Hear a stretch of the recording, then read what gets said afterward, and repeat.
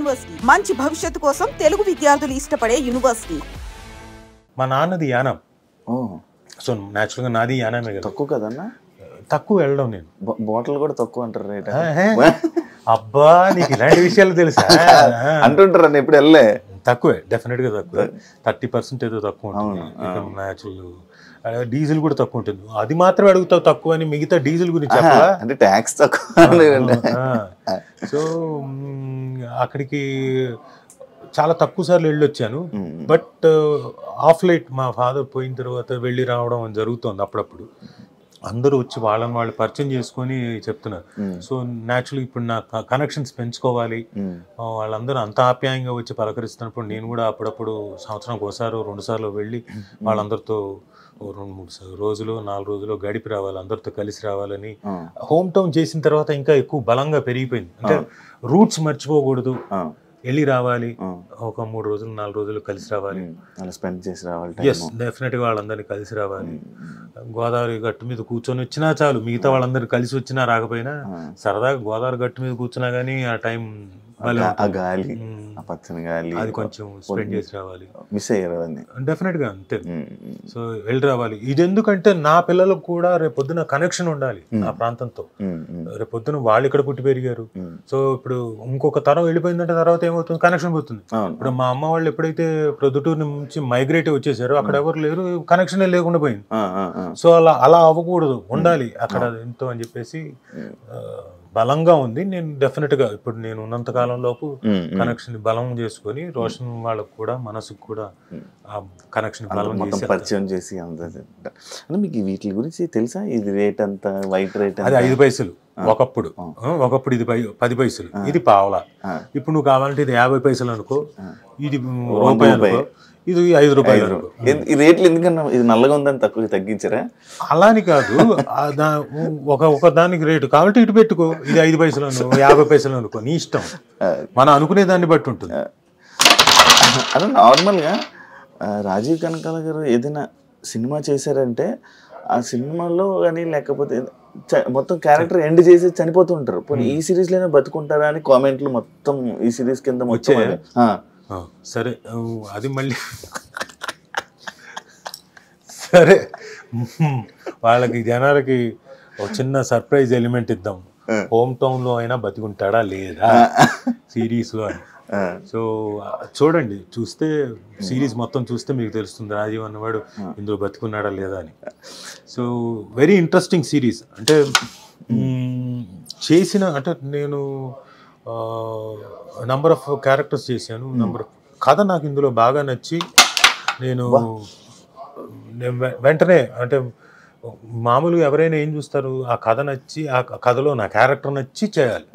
నాకు కాదు, నాకు కథ నచ్చింది, తర్వాత నా క్యారెక్టర్ మిగతా. ఎందుకంటే కుర్రాడు మెయిన్, ప్రజ్వల్ అనే కుర్రాడు, శ్రీకాంత్ పల్లె అనే క్యారెక్టర్, నా కొడుకు క్యారెక్టర్ మెయిన్, ఆయన కూతురు క్యారెక్టర్ మెయిన్, నేను ఝాన్సీ గారు సపోర్టివ్ క్యారెక్టర్స్. బట్ డైరెక్టర్ కూడా మాకు స్పేస్ ఇచ్చాడు కాబట్టి, అందులో ఇంప్రూవైజ్ చేసుకోవడానికి ఇంకొక ఎలిమెంట్స్ అవన్నీ ఇచ్చాడు కాబట్టి మాకు కూడా కొద్ది గొప్ప ఎస్ మేము కూడా చాలా మంచి, we have done a good job అని ఫీల్ అవుతుంది. ట్రైలర్ చూస్తుంటే కూడా మీరు నడిపించింది కదా అంతలా అని అనిపించింది. లేదు, ఉంటాం డెఫినెట్ గా, ఆ క్యారెక్టర్ కూడా ఉంది, సబ్స్టెన్స్ ఉంది, బట్ మేము ఎంతైనా సపోర్టివే. బట్ అల్టిమేట్ గా మమ్మల్ని కూడా పర్ఫామ్ చేయడానికి అక్కడక్కడ మమ్మల్ని మేము ఇంప్రూవైజ్ చేసుకోవడానికి ఛాన్స్ ఇచ్చాడు కాబట్టి డైరెక్టర్, మేము కూడా ఒక రకంగా మెయిన్ అయ్యాం. మెయిన్ అలా 90s చూసారా సిరీస్? నన్ను క్షమించాలి. 90s లేకపోతే హోమ్ టౌన్ అంటే ఏమంటారు సిరీస్? డెఫినెట్గా 90s, సేమ్ బ్యానర్ కదా, సేమ్ నవీన్ మేడారం గారే తీసింది. డెఫినెట్గా చాలా మంచి పేరు. ఒక ఊర్లో అంటే జనాల్ని ఒక్కసారిగా అలా ఈటీవీ వైపు తిప్పిందంటే 90s. ఓటీటీ వైపు మొత్తం, ఒక సబ్స్క్రిప్షన్ కానీ లేకపోతే మొత్తం పెరిగిపోయిందంటే అది 90s. సో అన్డౌటెడ్లీ అది చాలా డెఫినెట్గా చాలా బాగుంటుంది. అండ్ డెఫినెట్గా ఆహాకి మా తాలూకు ఇప్పుడు ఏదైతే హోమ్ టౌన్ ఉందో సేమ్ ఫ్లేవర్ తగిలింది కొంచెం. అంటే అది టోటల్ మీరు చూసారా? నేను ట్రైలర్ చూసాను. కాదు నేను అంటున్నా 90s చూసాను మొత్తం. దాంట్లో ఏంటి మొత్తం ఎంటర్టైన్మెంట్ మళ్ళీ మన స్కూల్ జర్నీ ఎలా నడిచేది ఏంటి అప్పుడు 90s మొత్తం మన లైఫ్ స్టైల్ మొత్తం అంతే కదా. అంతకు మించి ఎమోషనల్ పార్ట్ ఏమైనా ఉందా? ఎమోషనల్ టచ్ అంటే కొంచెం లైక్ పేరెంట్స్ లవ్ చేసుకోవడం ఇలా పేరెంట్స్ అలాంటి అంతా వీళ్ళు బాధపడుతుంది. లైక్ పేరెంట్స్ ఎంత కష్టపడుతుంటారు కదా, పేరెంట్స్ ఎంత కష్టపడి వీళ్ళు ఫీజులు కడుతుంటే వాళ్ళు స్కూల్కి వెళ్ళి వాళ్ళు చేసే పనుల మీద ఒక చిన్న ఎమోషన్ టచ్ అంటే బాగా ఉందా? బాగా ఉంది సినిమాకి తగ్గట్టు సిరీస్ తగ్గట్టు ఉంది. ఇందులో మా దాంట్లో ఏంటంటే మేము ఒక మెట్టు ఉంటాము గ్యారంటీగా అనడానికి ఏంటంటే ఇందులో ఎంటర్టైన్మెంట్ చాలా బాగుంటుంది. అదే మీరు అంటున్నట్టు 90s ఫ్లేవర్ అనుకోండి, టచ్ అయింది అనుకోండి, వాట్ ఎవర్ ఇట్ ఈస్. దాంతో పాటుగా ఎమోషనల్ సీక్వెన్స్లు సీన్స్ డెఫినెట్గా ఒక 10 to 20, 30% ఎక్కువ ఉంటుంది 90s కన్నా. దొరికిన ఛాన్స్ అని అందరు యాక్టర్స్ చాలా బాగా చేశారు. Very good performances from each and every actor and actress.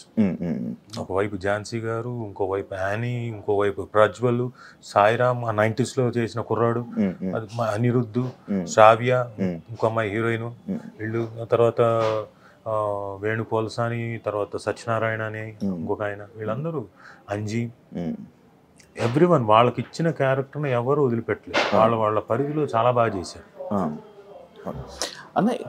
మేము డెఫినెట్గా 90s కన్నా ఒక 10%, 20% ఎక్కువ ఉంటామని ఫీలింగ్, మా ఫీలింగ్. డిఫరెంట్ అవుతుంది చెప్పలేము. అల్టిమేట్ గా నా ఫీలింగ్ అది. ఉంటామా లేదా అనేది అల్టిమేట్ గా జనాలు చూసి వాళ్ళు చెప్తారు. అడుగుతున్నారు అన్న జనాలు ఏంటి చాలా రోజుల తర్వాత మళ్ళీ కొంచెం టైం పట్టినట్టుంది ఓటీటీ ప్లాట్ఫామ్ లోకి సిరీస్లోకి రావడానికి. నేను రావడానికి అలా ఏం అడగలేదు నన్ను. బట్ డెఫినెట్ గా ఇప్పుడు అడుగుతారేమో, బికాస్ హోమ్ టౌన్ చూసిన తర్వాత అడుగుతారన్న నమ్మకం అయితే నాకుంది. ఎందుకంటే డిఫరెంట్ క్యారెక్టర్ నేను పర్ఫామ్ చేయడానికి అది చేయడం వల్ల నేను హోమ్ టౌన్ చేసేటప్పుడే లిటిల్ హార్ట్స్ అని ఇంకో సినిమా వచ్చింది నాకు. హోమ్ టౌన్ డైరెక్ట్ చేసిన అతను బైరాగి ఫిల్మ్స్ అని ఉన్నాయి, మన ఆదిత్య అని, ఆయన సినిమాలోకి నన్ను క్యాస్ట్ చేసుకున్నాడు.